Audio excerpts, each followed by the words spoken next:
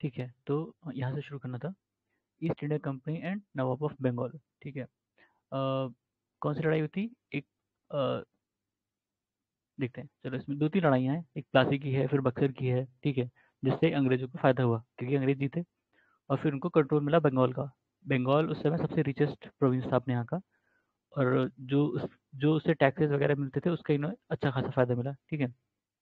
बाकी लड़ाइयाँ इन्होंने उसी के दम पे लड़ी, और बंगाल धीरे धीरे धीरे धीरे इन लोगों ने बंगाल को एकदम खत्म कर दिया, इतना खत्म कर दिया कि सोचो 1664 में इनको मिला था बंगाल, 1664 65 में, और 68 9 तक आते आते बंगाल में फमाइन हो गई। तो सोच लो कितना चूसा होगा। ठीक है।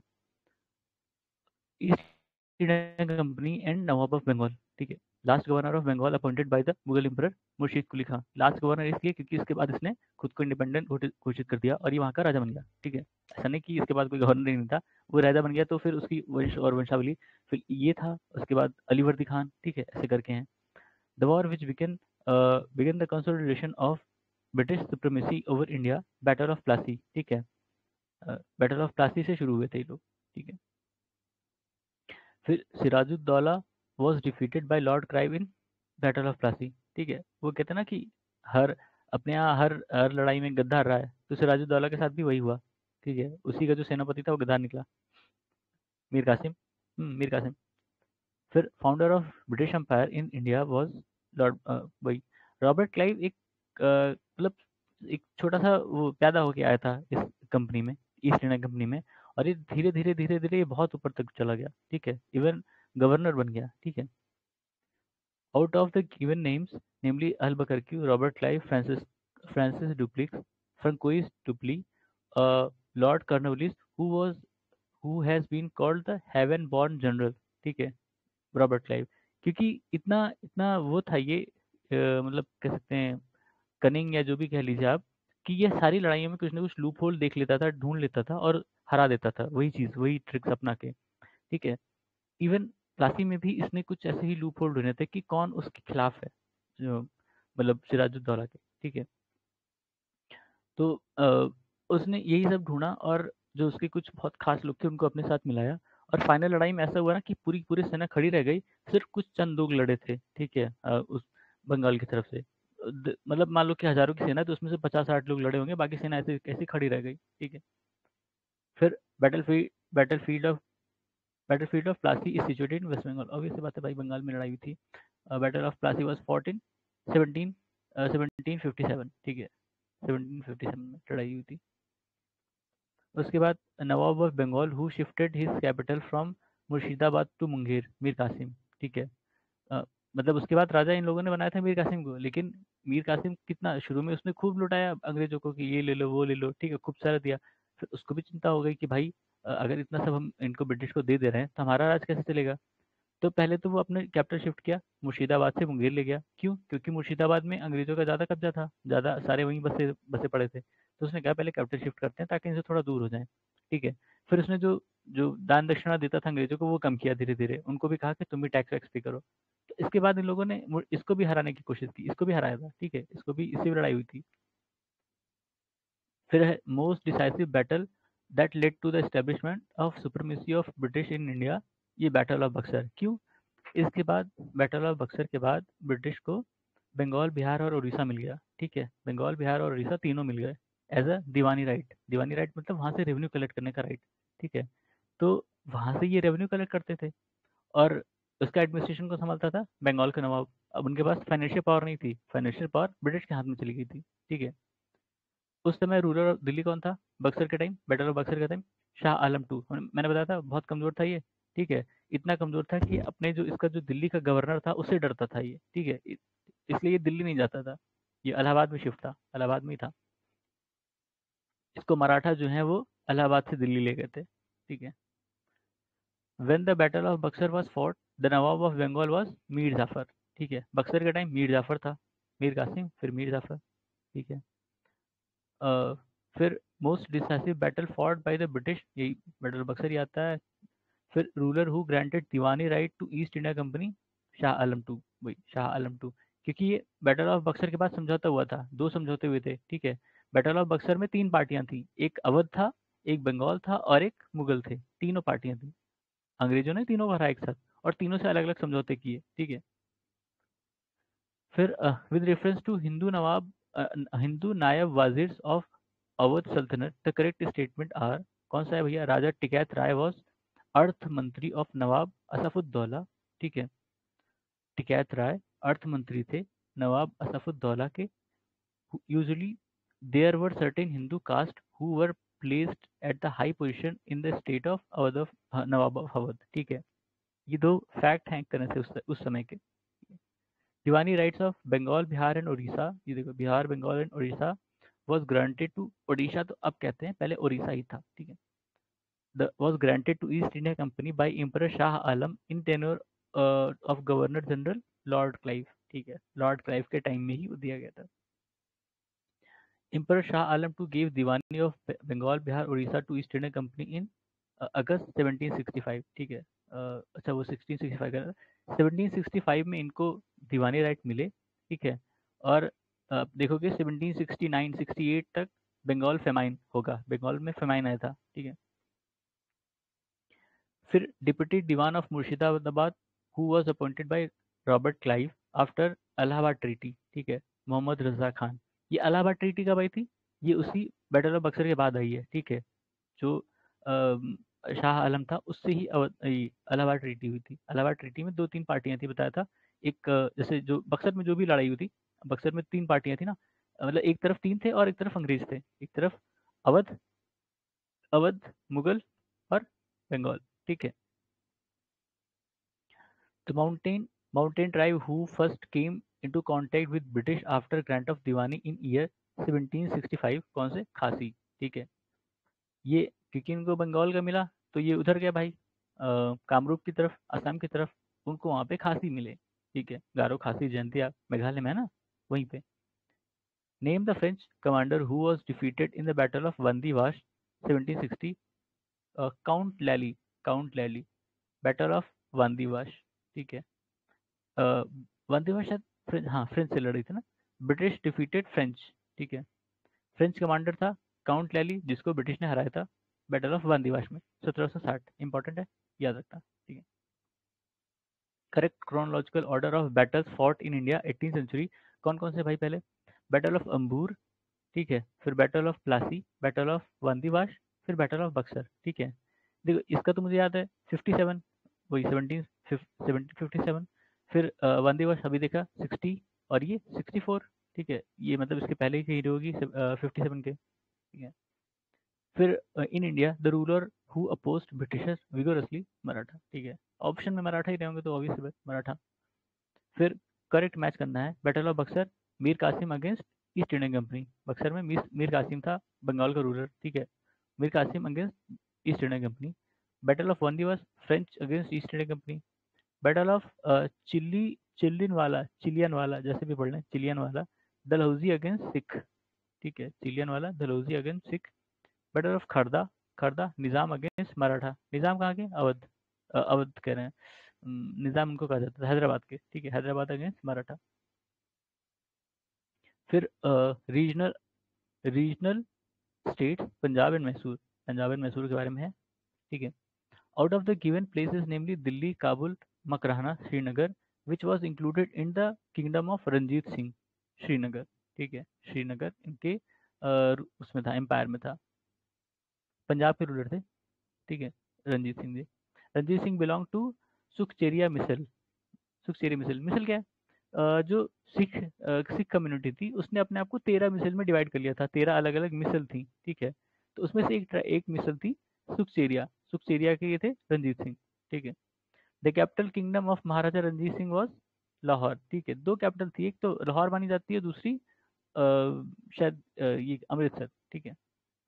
Ranjit Singh got famous Kohinoor diamond from Shah Shuja, Shah सूजा पर्शियन रूलर, ठीक है। उसकी मदद इन्होंने की थी और उसी से इनको शायद हराया था या मदद की थी, ऐसा था। तो शाह सूजा से इनको मिला था कोहिनूर हीरा, ठीक है।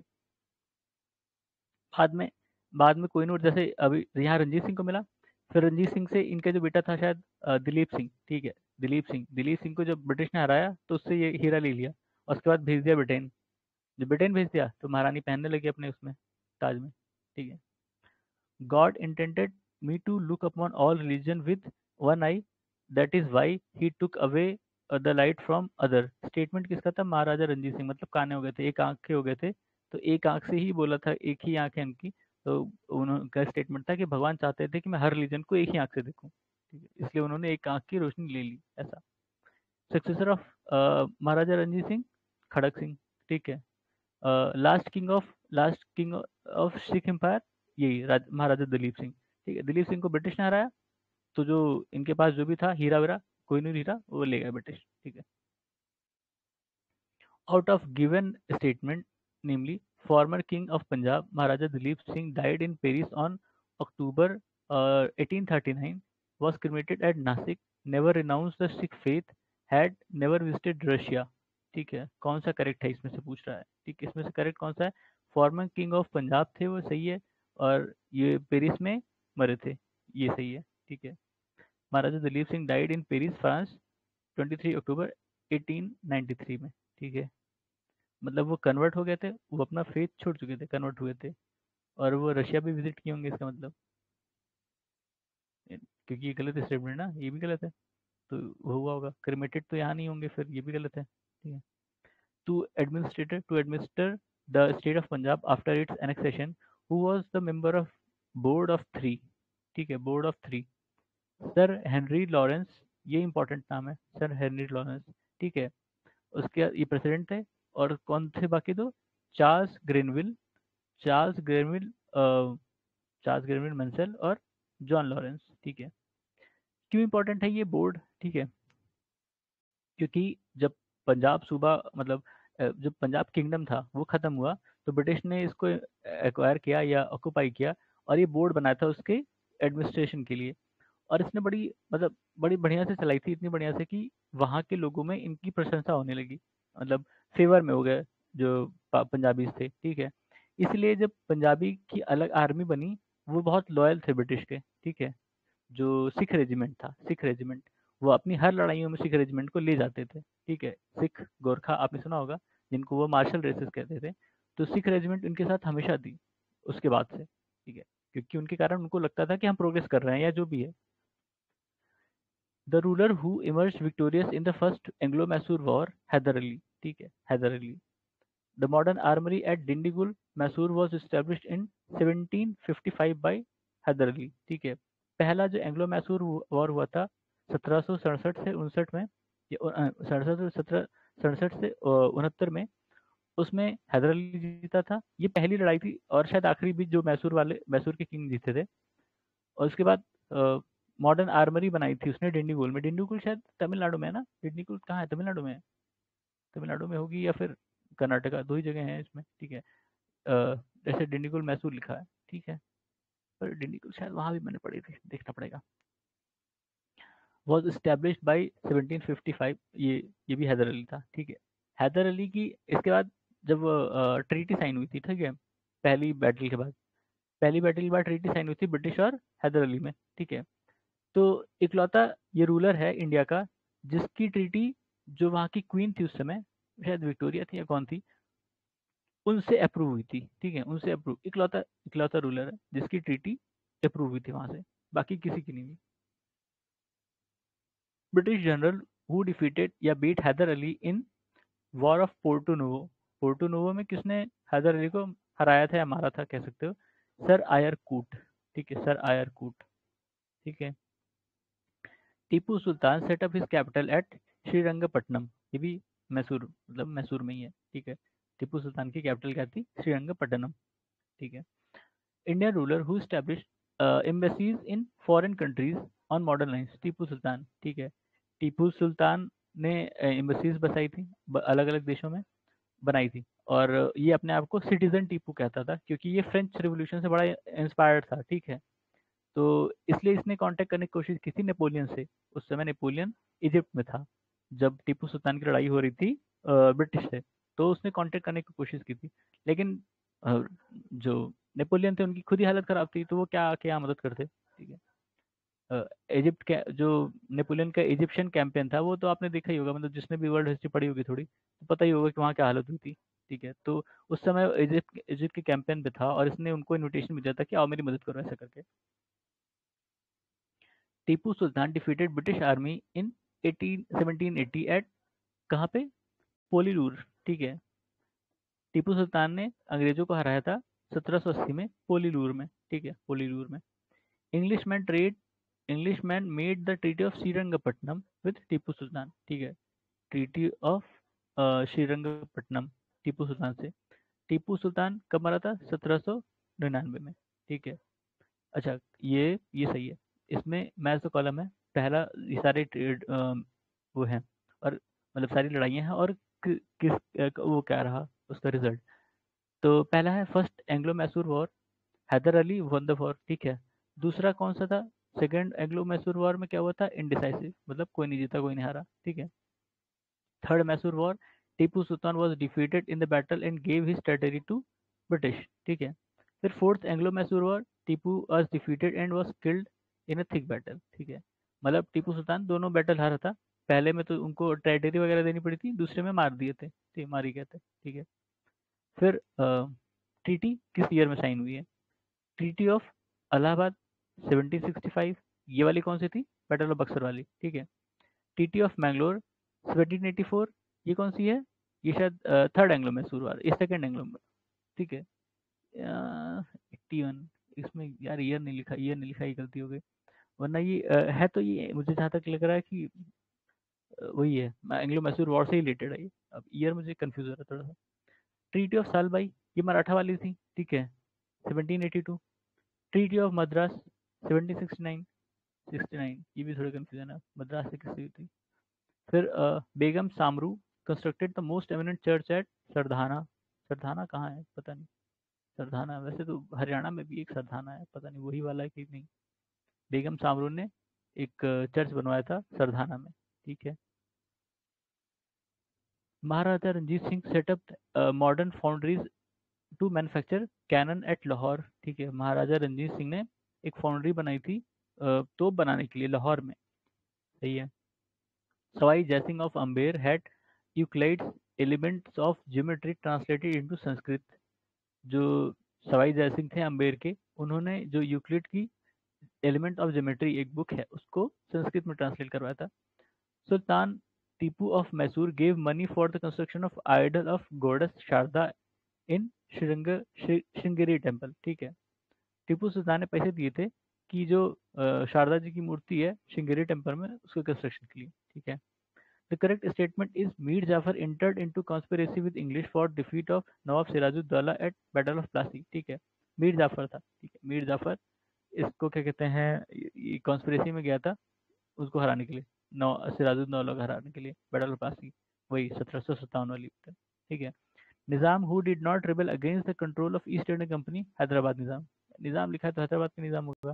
ठीक है, हैदराबाद का केस ये था, हैदराबाद का केस सबसे अपने टाइम में सबसे कमज़ोर थे ये। ठीक है, कोई भी अंग्रेज कोई भी पॉलिसी लाते थे उसको सबसे पहले ज्वाइन करने वाले हैदराबाद हैं। ठीक है, कोई भी पॉलिसी होगी, कुछ भी वो कहेंगे तो सबसे पहले अंग्रेज ये हैदराबाद वाले होंगे उनको ज्वाइन कर लेते थे।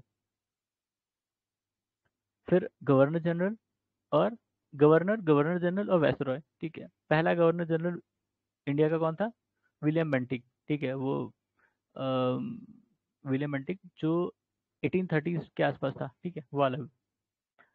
Warren Hasting was appointed as first governor general of Bengal. ठीक है, पहले ये गवर्नर जनरल था बंगाल का सबसे पहला। क्योंकि पहले जो गवर्नर और फिर गवर्नर जनरल बने थे वो बंगाल से शुरू हुआ था, बाद में गवर्नर जनरल ऑफ इंडिया बनाने शुरू किए इन लोगों ने बेंटिक के टाइम। ठीक है, बेंटिक पहला बना। फिर बैटल ऑफ बक्सर, भाई इतनी डेट तो नहीं याद होगी। ठीक है, हम लोग को 1764 याद है। अब अलग अलग डेट आ जाएगी तो ठीक है, अब एक डेट आएगी तो मुश्किल हो जाएगी। क्लाइव्स अराइवल इन इंडिया 3 मई लिखा है, 3 मई 1765। ट्रीटी ऑफ इलाहाबाद, ये भी 1765। ठीक है, अच्छा री अराइवल है। ठीक है, इसको बीच में भेज दिए थे, इसका रिटायरमेंट एज जो भी था क्लाइव का उसको भेज दिए थे, लेकिन उसके बाद अंग्रेजों की हालत यहाँ पतली होने लगी तो उसको फिर से वापस इंडिया भेजे कि जाओ भाई देखो वहाँ क्या हाल है। ठीक है, उसके बाद 1-2 साल और था, ये फिर मर गया था, इसकी डेथ हो गई थी, ये भेज दिया तो वापस वही मरा था। Founder of British empire in India is Lord Clive. ठीक है, लॉर्ड क्लाइव। फिर करेक्ट स्टेटमेंट था, foundation of system of civil administration was firmly laid down by Warren Hasting on which of on which the superstructure were raised by Cornwallis. ठीक है, लिखा है कि जो हमारे यहाँ का एडमिनिस्ट्रेशन था उसका जो बेस है वो किसने बनाया था, वैरेन हेस्टिंग ने, जिसके ऊपर सुपरस्ट्रक्चर बनाया था किसने, कॉर्नवालिस ने। ठीक है, Clive was responsible for reforming the East India Company's civil and military services.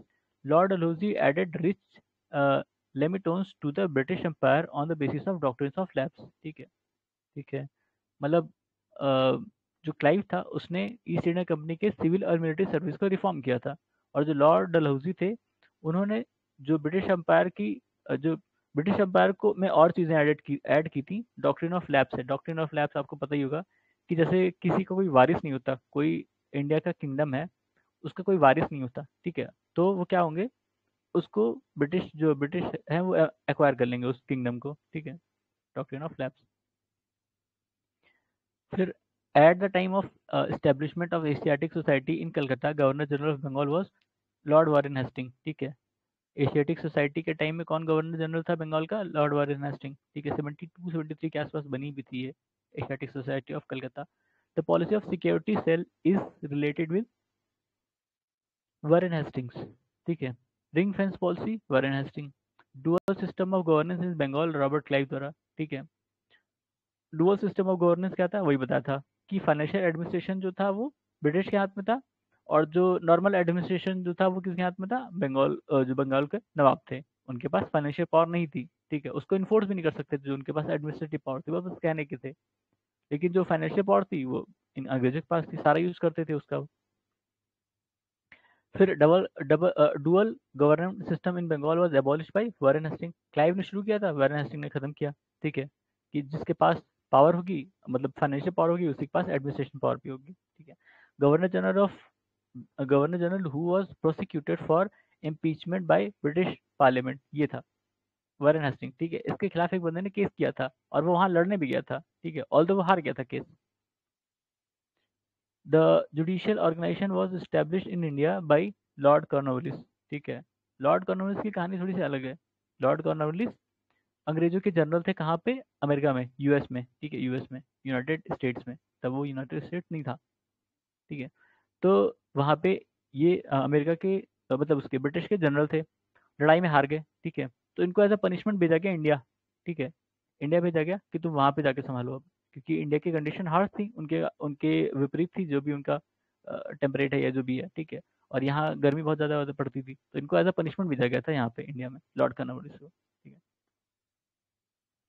ठीक है, governor general who created the covenant civil services of India which later to be known as Indian civil service, Cornwallis. ठीक है, Cornwallis. तो इसने जब ये India आया, Cornwallis, जब इसको कहा गया कि नहीं तुम्हें इंडिया भेजा जाएगा एज अ पनिशमेंट पोस्टिंग, तो इसने दो शर्तें रखी थी। ठीक है, अ, दो शर्तें रखी थी। एक तो ये था कि जो मतलब जो गवर्नर जनरल होगा वही जो है कमांडर इन चीफ भी होगा। ठीक है, वही जो है कमांडर इन चीफ होगा, और शायद उसके पास फाइनल पावर होगी किसी भी चीज़ के कहने की। ठीक है, दो कंडीशन इसने रखी थी।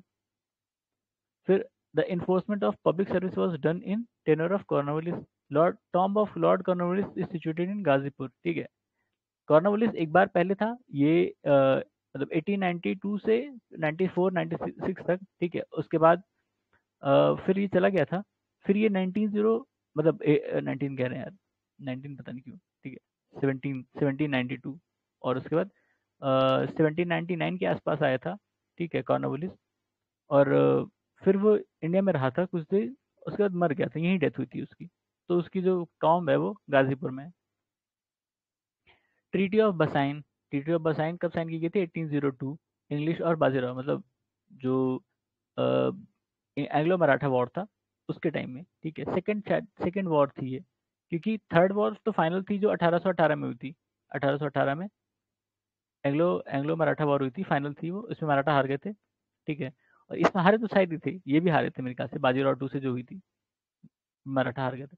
First Maratha sardar to accept the subsidiary alliance of Lord Wellesley, Peshwa Bajirao two. ठीक है, पेशवा बाजीराव टू यही रहेंगे। Subsidiary alliance was implemented during the reign of Lord Wellesley. The statement apply to the system of subsidiary alliance introduce by Lord Wellesley are, कौन कौन से स्टेटमेंट है इसमें, to maintain a large standing army at others expense. ठीक है, to keep India safe from Napoleonic danger. ठीक है, to establish British paramountcy over the Indian states. ठीक है, तो ये जो सब्सिडरी अलायंस था उसके क्या क्या फीचर्स थे ये बताया गया कि एक स्टैंडिंग आर्मी रहेगी जो उस किंगडम के, मान लो कि जो भी किंगडम है, मान लो कि हैदराबाद है, तो हैदराबाद इसके लिए खर्चा करेगा, ठीक है, स्टैंडिंग आर्मी के लिए। और इंडिया को इनका उद्देश्य क्या था, पूरा ओवरऑल उद्देश्य क्या था कि नेपोलियन एक डेंजर, उसको लगता था ना, जो ब्रिटिश थे उनको लगता था, उस समय नेपोलियन इजिप्ट में था, तो उनको लगता था कि वो इधर भी कुछ कर सकता है, ठीक है, इंडिया की तरफ आ सकता है, क्योंकि इंडिया हमेशा से लुक्रेटिव रहा है इन लोगों के लिए। तो इसको ये खतरा था इन लोगों को, ब्रिटिश को। और ब्रिटिश को रशियन से भी खतरा था, ठीक है, वो बाद में देखेंगे, वो शायद बाद में आए। तो इसलिए ये सब्सिडरी अलायंस करते थे कि हम इनको देख सकें, जो हमारे किंगडम्स हैं इंडिया में, उनको एक तरह से डायरेक्ट कर सकें अगर ऐसा कोई थ्रेट आता है, ठीक है। फिर British to establish British paramountcy over Indian state, हाँ ये रीजन था कि वो सारा चीज कंट्रोल में हो जाता था एक तरह से, कि तुम किससे फॉरेन रिलेशन रखोगे ना, वो भी ये देखते थे, ठीक है। जो इंडियन स्टेट्स हैं वो किसी फॉरेनर को अपने यहाँ जॉब पे नहीं रख सकते थे बिना इंग्लिश के परमिशन के, ठीक है। और किसी दूसरे स्टेट से अगर इनको कोई अलायंस या कुछ करना है तो भी इनकी परमिशन लेनी पड़ती थी, ठीक है। The first rule Indian ruler who join the subsidiary alliance was the nawab of Awadh, ठीक है। पहला इंडियन रूलर जिसने सब्सिडरी अलायंस ज्वाइन किया था वो था अवध का नवाब, ठीक है। पर ये मुझे गलत लग रहा है, इसमें मुझे लगता है हैदराबाद के निज़ाम रहे होंगे, ठीक है। अब देखो इसमें दूसरी लाइन में यही लिखा है, Indian first Indian native ruler to accept the system of subsidiary alliance, Nizam of Hyderabad. अब इंडियन नेटिव रूलर और इंडियन रूलर में कितना अंतर है पता नहीं, अब अवध वाले कहाँ बाहर के थे क्या, पता नहीं। If it is asked which was the first state to accept subsidiary alliance of Wellesley in question, the answer will be Hyderabad, ठीक है, ये सही है, ठीक है। हैदराबाद ही मुझे याद है, क्योंकि हैदराबाद वाले बताया था थोड़े से कमजोर डरपोक टाइप के थे, तो इंग्लिश जो भी पॉलिसी लाते थे वो सबसे पहले उसको एक्सेप्ट करते थे, सबसे पहले वही ज्वाइन करेंगे, ठीक है। तो out of the given option namely Hyderabad, Mysore, Awadh, Scindia concluded the subsidiary alliance with Lord Wellesley. The correct chronological order of their treaties are, सबसे पहले हैदराबाद, फिर मैसूर, अवध, सिंधिया, ठीक है, ठीक है। The main aim of East India Company to make a subsidiary alliance with Rajput was, क्यों किया था भाई, to establish sovereignty of British, ठीक है, सही है, राजपूत के साथ सब्सिडियरी अलायंस क्यों किया, ताकि वो अपनी सोवरेंटी स्टैब्लिश कर सके। Person who negotiated subsidiary alliance of 1817-1880 with the princely state of Rajputana, Charles Metcalfe, ठीक है, चार्ल्स मेटकाफ। कैसे कन्विंस किए होंगे भैया राजपूतों को कि तुम्हारे अधीन हो जाओ, और वो मान भी गए, पता नहीं। At the time when empire in Europe were crumbling before the might of Napoleon, the Governor General who kept the British flag flying high in India, Lord Wellesley, ठीक है, लॉर्ड वेलेस्ली था उस समय भाई, जब नेपोलियन था, जब Napoleon अपने पीक पर था यूरोप में। The revolt of Vellore occurred during the regime of governor named sir George Bernard Shaw. Vellore का वेलोर का क्यों हुआ था पता है, शायद वेलोर में जो वो था, टीपू सुल्तान, उसके बच्चे वहां पे थे, तो उनके बच्चों को सही से ट्रीटमेंट नहीं दे रहे थे या ऐसा कुछ था, ठीक है, या वाइट म्यूटिनी वाला होगा, ऐसा कुछ है, देखते हैं शायद आगे हो। Anglo Anglo Nepal war took place during the reign of Lord Hastings, ठीक है, लॉर्ड हेस्टिंग्स के टाइम पे एंग्लो नेपाल वॉर हुआ था। द ट्रीटी ऑफ संगोली, ये यही नेपाल वालों से थी। द ट्रीटी ऑफ सगौली ये किस साल में हुई, 1815, ये नेपाल वॉर के बाद ही हुई थी, ठीक है, treaty of Sagauli. The correctly match pair क्या है, Hector Munro, battle of Buxar, Hector Munro, battle of Buxar, Lord Hastings, Anglo Nepal war, यही 1815 वाला 1814 या 15 में हुआ था, और वहीं पे ट्रीटी साइन हुई थी, ट्रीटी ऑफ सगौली, तो सगौली जहां दिखे नेपाल समझ जाना, ठीक है। Lord Wellesley fourth Anglo Mysore war, ठीक है, Lord Wellesley fourth Anglo Mysore war, ये कौन सा था, 1799 ना, 1799, ठीक है। Lord Cornwallis third Anglo Mysore war, ठीक है, Cornwallis third Anglo Mysore war, ये रहा होगा शायद 1792 के आसपास, जहाँ तक मुझे याद है 1792 के आसपास। फिर third Anglo Maratha war was is related to Lord Hastings, third Anglo Maratha war Hastings से रिलेटेड है, और कब ये हुआ था, 1818 में, ठीक है, 1818 में, 1818 में। Sir Thomas Munro was governor of Madras during year, कौन सा भाई, 1820 से 1827, sir Thomas Munro. Sir Thomas Munro किस चीज़ के लिए फेमस है? पता होगा, पता होगा, अभी देखना आएगा इसमें। अ, दो तीन चीज़ें थी ना, जमींदारी, जमींदारी सिस्टम, महलवारी, और एक और था, याद नहीं आ रहा। जमींदारी, महलवारी और एक और था, ऐसे ही कुछ था। ठीक है, तो शायद महलवारी इन्होंने शुरू किया था। फिर on the basis of elite maladministration, the governor general who had taken the administration of Mysore state, Lord William Bentinck. Mysore state को किसने एक्वायर किया था ऑन द मतलब मेल एडमिनिस्ट्रेशन के केस में? ये थे वो लॉर्ड विलियम बेंटिक। ठीक है। Governor general of Bengal who was associated with third Anglo Mysore war. Third Anglo Mysore war हमने देखा, लॉर्ड कॉर्नवालिस 92 के आसपास। ठीक है, 92 93 रहा होगा बहुत ज़्यादा। द सप्रेशन ऑफ ठगी, ये बढ़िया था, कैप्टन स्लीमैन। ठीक है, ठगी को किसने सप्रेस किया था? इसको बेंटिक ने, शायद लॉर्ड बेंटिक, विलियम बेंटिक ने ही अपॉइंट किया था।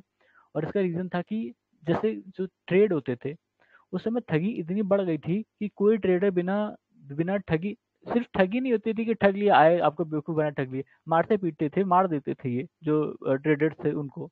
ठीक है, और उसके कई सारे इनके तरीके थे, क्योंकि उस समय जो रास्ते थे वो जंगल वंगल से होके जाते थे, तो जो ट्रेडर्स थे उनको जंगल वंगल से होके जाना पड़ता था। ठीक है, तो इसका एक कारण था कि बेचारों के साथ लूटपाट भी हो जाती थी, कि जंगल से जा रहे हैं, रात में लूटपाट लिए गए, रात में कहाँ किसको पकड़ोगे, और कोई आपके सामने तलवार वलवार लेके आ जाए तो ऐसे ही वो बेचारे व्यापारी हैं, क्या लड़ेंगे। ठीक है, तो कैप्टन स्लीमैन को लाया गया, और कुछ क्योंकि ट्राइब्स इनफेमस थी उस समय लूटपाट के लिए, तो उनके खिलाफ इसने पूरा कैंपेन चलाया और कई सारों को अरेस्ट किया, मारा पीटा, मतलब पब्लिक हैंगिंग इसने इतने की कि जो बचे खुचे रहेंगे वो भाग गए होंगे। ठीक है, सिर्फ एग्जाम्पल सेट करते थे, अंग्रेज मारते नहीं थे, अंग्रेज एग्जाम्पल सेट करते थे किसी भी चीज़ का।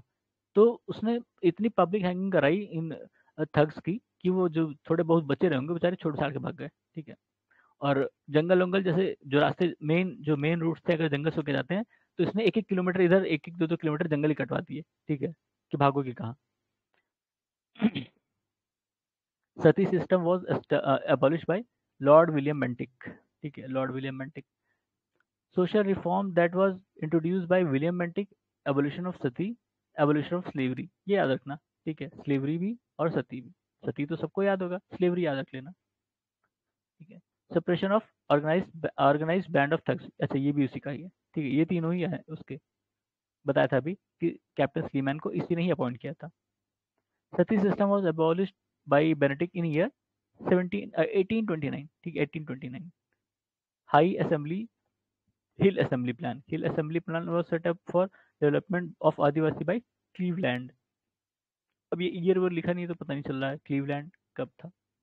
The export of slave from Bengal was banned in year 1789। ठीक है, स्लेव्स का जो एक्सपोर्ट था बंगाल से वो कब बंद किया गया? 1789। और जो एबॉलिशन कब था स्लेवरी का, ये ईयर तो नहीं लिखा है इसमें, पर ये विलियम बेंटिक के टाइम हुआ। ठीक है, फिर Awadh was annexed to British empire in India by declaring state as maladministrate. ठीक है, एक ये मैल एडमिनिस्ट्रेशन था और एक मैसूर वाला था ना अभी, अ, हाँ मैसूर वाला, मैसूर मैसूर को विलियम बेंटिक ने लिया था। और ये वाला तो इसमें लिखा नहीं है, ये शायद डलहौजी था ना, देखते हैं, वही था शायद। Awadh was amalgamated into British dominion during 1856। ठीक है, 57 के पहले, 56, under doctrine of lapse, the annexation of state chronological order. तो इसमें जो दिया है सतारा, बागपत, नहीं, सतारा, बघत, उदयपुर, झांसी। ठीक है, अब इसमें ये ऑप्शन में रहे होंगे, वैसे ये करेक्ट ऑप्शन नहीं है, मतलब इसमें आगे पीछे भी शायद कुछ है, ये मिसिंग है card. First state to be merge under Dalhousie's doctrine of lapse, Satara. ठीक है, सतारा, सतारा कहाँ है? महाराष्ट्र में। James Andrew Ramsay was real name of Lord Dalhousie. James Andrew Ramsay किसका सही नाम था? लॉर्ड डलहौजी का, जो कि 56 57 56 तक था। ठीक है, करेक्टली मैच पेयर करना है भाई। 1849 में क्या हुआ था? Merger of Punjab. ठीक है, 48 49 ये Punjab, Anglo Anglo Punjab war हुआ था और वो हार गए थे, तो बाद में पंजाब को मर्ज कर लिया गया ब्रिटिश इंडिया में। 1848 में क्या हुआ था? मर्जर ऑफ सतारा। सतारा का हमने देखा डॉक्ट्रिन ऑफ लैप्स के अंडर में, ठीक है। 1856 में मर्जर ऑफ अवध, ठीक है, ये भी हमने देखा मैल एडमिनिस्ट्रेशन के केस में, ठीक है। फिर 1855 मर्जर ऑफ करौली, अब करौली का केस नहीं पता मुझे, ठीक है। फिर ईयर ऑफ एनेक्सेशन, संबलपुर 1849, सतारा 1848, अवध 1856, झांसी 1854, ठीक है। Governor general who formulated and implemented doctrine of lapse, Dalhousie. Ruler of this state was removed from power by British on the pretext of misgovernance। देखा था अभी अवध, ठीक है, अवध, अवध और मैसूर के साथ ये कांड हुआ है, ठीक है। मैसूर के साथ किसने किया था? मैसूर के साथ बेंटिक ने किया, अवध के साथ डलहौजी ने, ठीक है। Correct chronological order in which Jhansi, Sambalpur, Satara were annexed by British is Satara, Sambalpur, Jhansi, ठीक है, ये सही है। The first victim of Dalhousie's policy of doctrine of lapse among Jhansi, Satara, Karauli, Sambalpur, Satara, सबसे पहले 1848 में। Conquest of Sindh by British was completed during the period of Lord Ellenborough, ठीक है, लॉर्ड एलन बोरो। मेरे ख्याल से यही इकलौता ऐसा था जो ब्रिटिश नहीं था, ठीक है, ये शायद स्कॉटिश था या कुछ और था। एलन बोरो, याद नहीं आ रहा। सिंध वॉज एनेक्स्ड बाई, या फिर नहीं, देखते हैं, ठीक है, ये शायद ये ब्रिटिश नहीं था, जहाँ तक मुझे याद है ब्रिटिश नहीं था, या कुछ इसके साथ था कुछ अलग केस। देखते हैं इसका क्या केस था बाद में, जब शायद अगर अलग से कहीं दिया होगा। Sindh was annexed by British in 1843 AD, ठीक है। सिंध वॉज कंकर्ड और एनेक्स्ड बाई नेपियर, नेपियर ने उसको कंकर और एनेक्स किया था सिंध को, सिंध प्रांत। Princely state of Baghat was annexed to British in 1850 AD. Princely state namely Sindh, Gwalior, Awadh, Satara were not annexed by, अच्छा इसमें से कौन सा नहीं हुआ था? ग्वालियर, ग्वालियर एनेक्स नहीं किया गया था ब्रिटिश के द्वारा। Officer who was British resident in Awadh at the time of annexation into British dominion, James Outram. भाई ये याद रखना, यूपी वाले हो तो मतलब यूपी का एग्जाम दे रहे हो तो ये तो जरूर याद रखना कि जब अवध को एनेक्स किया गया तो वहाँ पे जो ब्रिटिश रेजिडेंस था वो कौन था? James Outram. जो हमने लखनऊ में देखा रेजिडेंसी है, रेजिडेंसी है वो नदी से थोड़ा पास में ही है ना, तो रेजिडेंसी ही वो जगह थी जहाँ पे ब्रिटिश रेजिडेंस रहते थे, ठीक है, ब्रिटिश रेजिडेंस वहीं रहते थे।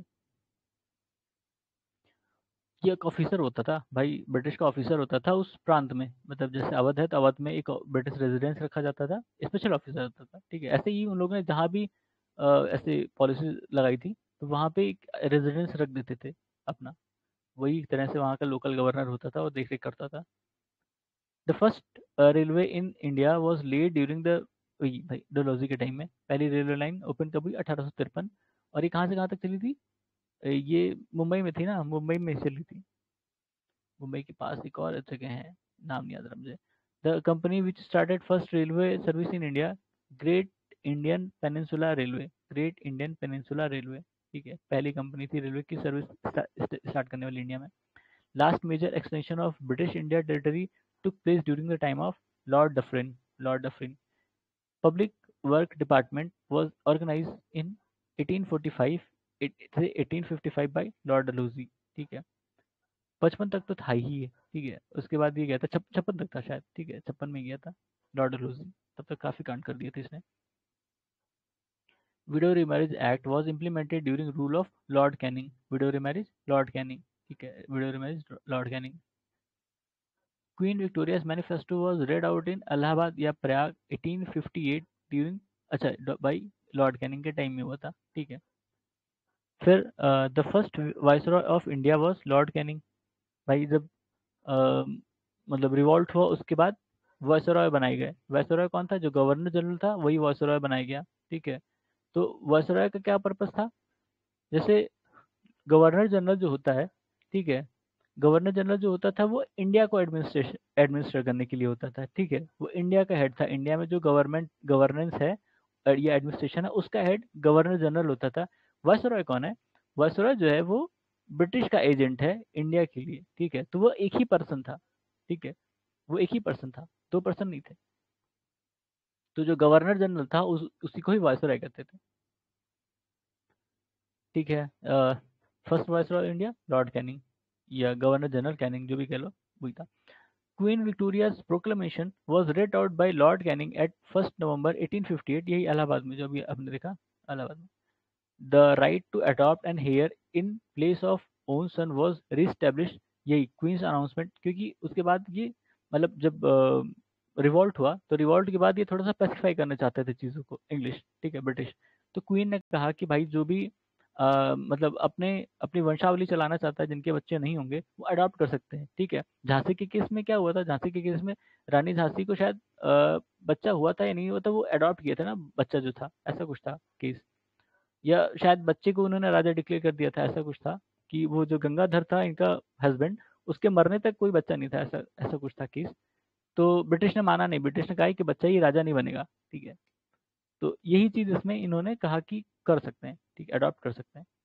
Queen Victoria was appointed as the empress of India 1877 AD में, ठीक है। 1877 एडी में क्या हुआ था, ठीक है, 1877 एडी में दिल्ली दरबार हुआ था, ठीक है, दिल्ली दरबार, शायद जहां तक मुझे याद है दिल्ली दरबार, उसी में ही ये प्रोक्लेमेशन पढ़ी गई थी। Governor general who had abolish slavery, Lord Ellenborough, ठीक है। स्लेवरी किसने हटाई, लॉर्ड एलनबोरो, ठीक है, ये नाम हमने पढ़ा। और अभी ऊपर भी देखा था किसने हटाई थी, विलियम बेंटिक से रिलेटेड था ना, विलियम बेंटिक, हाँ विलियम बेंटिक से रिलेटेड था, उसने भी स्लेवरी हटाई। अब दोनों में क्या अंतर था ये देखना पड़ेगा। फिर correctly matched pair are Cornwallis permanent settlement, ठीक है, Lord Wellesley subsidiary alliance, Lord Dalhousie doctrine of lapse, Lord Canning 1857 revolt, ठीक है, अलग अलग चीज़ें हैं। Permanent settlement what introduce during the tenure of Lord Cornwallis, permanent settle किसके time में आया था, लॉर्ड कॉर्नवालिस, ठीक है। फिर हाँ मैच मैच तो कॉलम करके है, William Bentinck, Lord William Bentinck 17th regulation of 1829, ये कौन सा था, शायद सती प्रथा वाला है ना, ठीक है, सती प्रथा वाला है। फिर लॉर्ड हेस्टिंग्स, ये किससे रिलेटेड है, थर्ड एंग्लो मराठा वॉर जो 1818 1718 में हुई थी, ठीक है, इसको अंग्रेज जीते थे, मराठा हार गया, उसके बाद खत्म हो गया, ठीक है, मराठा खत्म हो गया इसके बाद। Lord Wellesley, second Anglo Maratha war 1802 1803 to 1805, ठीक है। Peshwaship was abolished in the year 1818, बताया था अभी, खत्म हो गया Maratha, third Anglo Anglo Maratha war के बाद, तो पेशवाशिप भी खत्म हो गई उनके साथ, ठीक है, खत्म कहानी। फिर Lord Dalhousie annexation of Awadh, Lord Dufferin establishment of Indian National Congress, Lord William Bentinck passing the charter act 1833, ठीक है, ठीक है।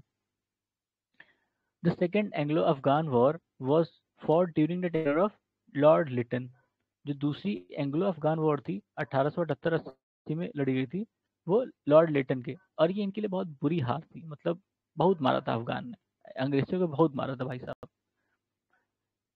Viceroy who followed aggressive policy towards Afghan was Lord Lytton, ठीक है। और ये पॉलिसी इनके लिए अच्छी नहीं रही, ठीक है, अफगान से इन लोगों को बाद में पेसिफाई मतलब एक तरह से फ्रेंडशिप ट्रीटी करनी पड़ी, ठीक है, क्योंकि वो लोग इनका इंटरफेरेंस बिल्कुल बर्दाश्त नहीं करते थे अंग्रेजों का। और इन लोगों ने क्या किया था कि वहाँ के जो चीफ थे उनको हटा के अपना रख दिया था, अपना एक तरह से तोता रख दिया था कि ये संभालेगा, उसको भी वहाँ के लोगों ने हटा दिया था। The policy of mastery inactivity was associated with John Lawrence, mastery masterly inactivity, ठीक है। फर्स्ट सेंसस, ये लॉर्ड मायो, ठीक है, लॉर्ड मायो, मेयो मायो जो भी पढ़ लो। Viceroy of India who was murdered, ये भी लॉर्ड मेयो, ठीक है। ये अंडमान निकोबार जेल वहाँ पे गए थे, और वहाँ एक कैदी था, वो उस समय पता नहीं खुला घूम रहा था कहीं, और उसने इनको मार दिया देखते, सुबह ही टहलने निकले थे वॉक पे, लॉर्ड मेयो, ठीक है। 72 75 ऐसे कुछ ईयर था जब इनको मारा गया। फिर governor general who followed the spirited forward policy towards Afghanistan, Lord Lytton, ठीक है, लिट्टन लिट्टन लिट्टन वही है। फिर longest tenure as viceroy of India was Lord Linlithgow, Lord Linlithgow, Lord Curzon second tenure था, ठीक है। लॉर्ड लिनलिथगो मेरे ख्याल से वर्ल्ड वॉर के टाइम था ना, शायद वर्ल्ड वॉर के टाइम ही था, second world war not first, ठीक है। In 1902 Lord Curzon appointed the university commission including two Indian members, अच्छा वो दोनों मेंबर कौन थे भैया, सैयद हुसैन बिलग्रामी, जस्टिस गुरुदार बनर्जी, जस्टिस गुरुदास बनर्जी और सैयद हुसैन बिलग्रामी। जो यूनिवर्सिटी कमीशन थी उसमें दो जो इंडियन मेंबर थे वो कौन थे, ये यूपीएससी के लिए भी इंपॉर्टेंट है, ठीक है। यूपीएससी में भी आजकल ऐसे क्वेश्चन पूछ लेते हैं। 1902, ठीक है।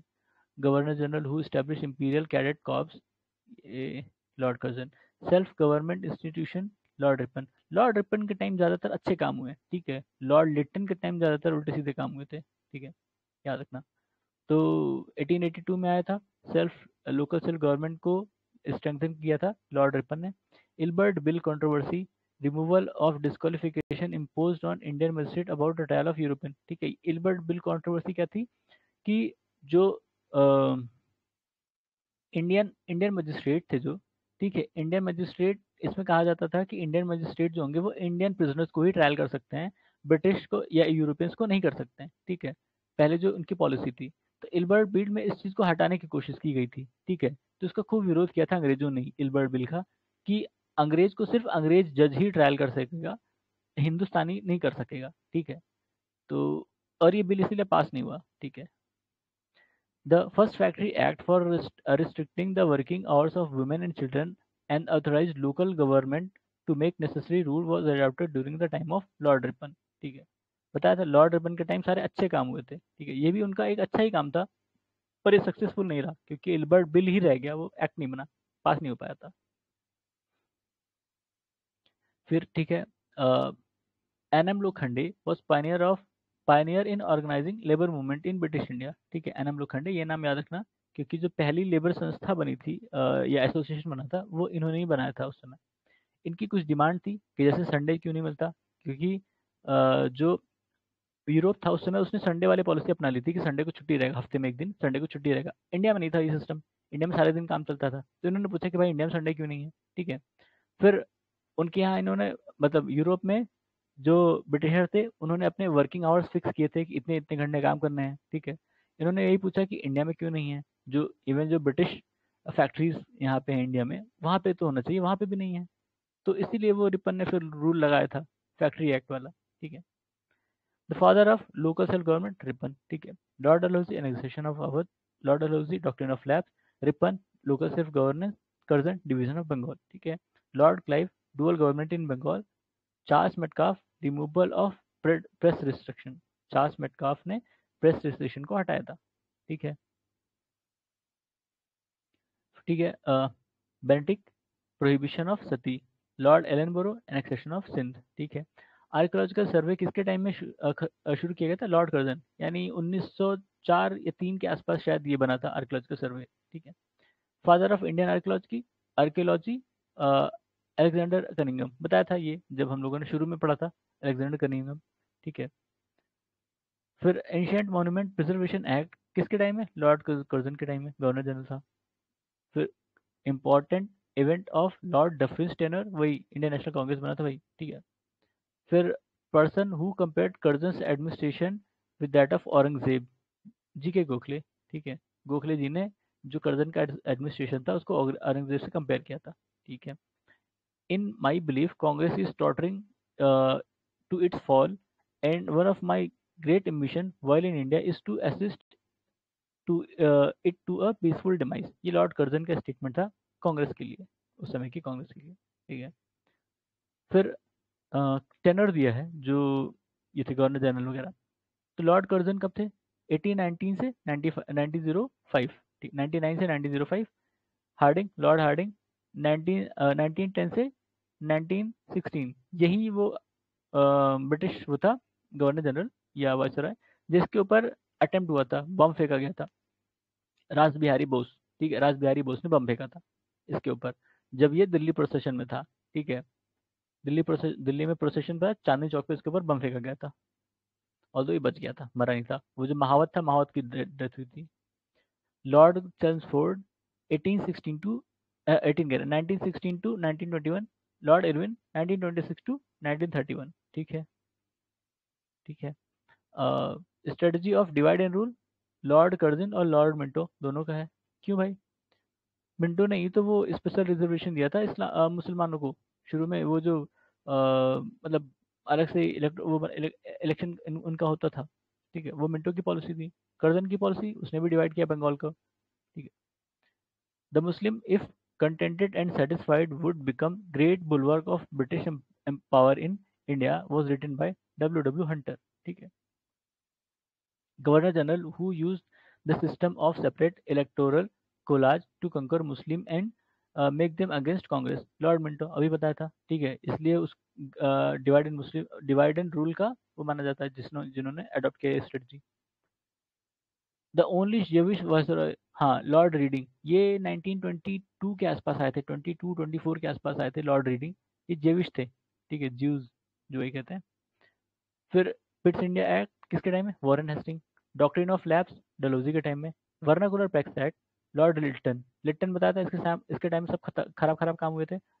वर्नाकुलर प्रेस एक्ट में क्या था कि जब जो कोई देसी अखबार हैं वो क्या करेंगे, कुछ भी छापने से पहले इनकी परमिशन लेंगे या जो ब्रिटिश अफसर होंगे वो देखेंगे कि आप क्या छाप रहे हैं. ठीक है. वैसा इल्बर्ट बिल रिपन के टाइम में आया था. ठीक है. रिपन के टाइम में अच्छे अच्छे काम हुए थे, बताया था अभी. The Vernacular Press Act or Indian language newspaper was passed in 1878 during the period of Lord Lytton. It is also known as Gagging Act. बताया था ना अभी क्या होता. Transfer of the capital of British India from Calcutta to Delhi was affected during the period of Lord Harding वही 1911. ठीक है. 1911 तब अपनी मतलब इंडिया की कैपिटल कलकत्ता से दिल्ली शिफ्ट हुई थी और उसी के बाद वो प्रोसेशन निकाला गया था. वहीं पे जो बंगाल पार्टीशन था उसको भी एनल किया गया. बंगाल पार्टीशन को भी खत्म किया गया और कैपिटल शिफ्ट की गई. और इसके ऊपर अटेम्प्ट हुआ था, मर्डर अटेम्प्ट. वो बम फेंका गया था ना रास बिहारी बोस के द्वारा. युगांतर और वो सब थे अंशुलन समिति वाले. ठीक है.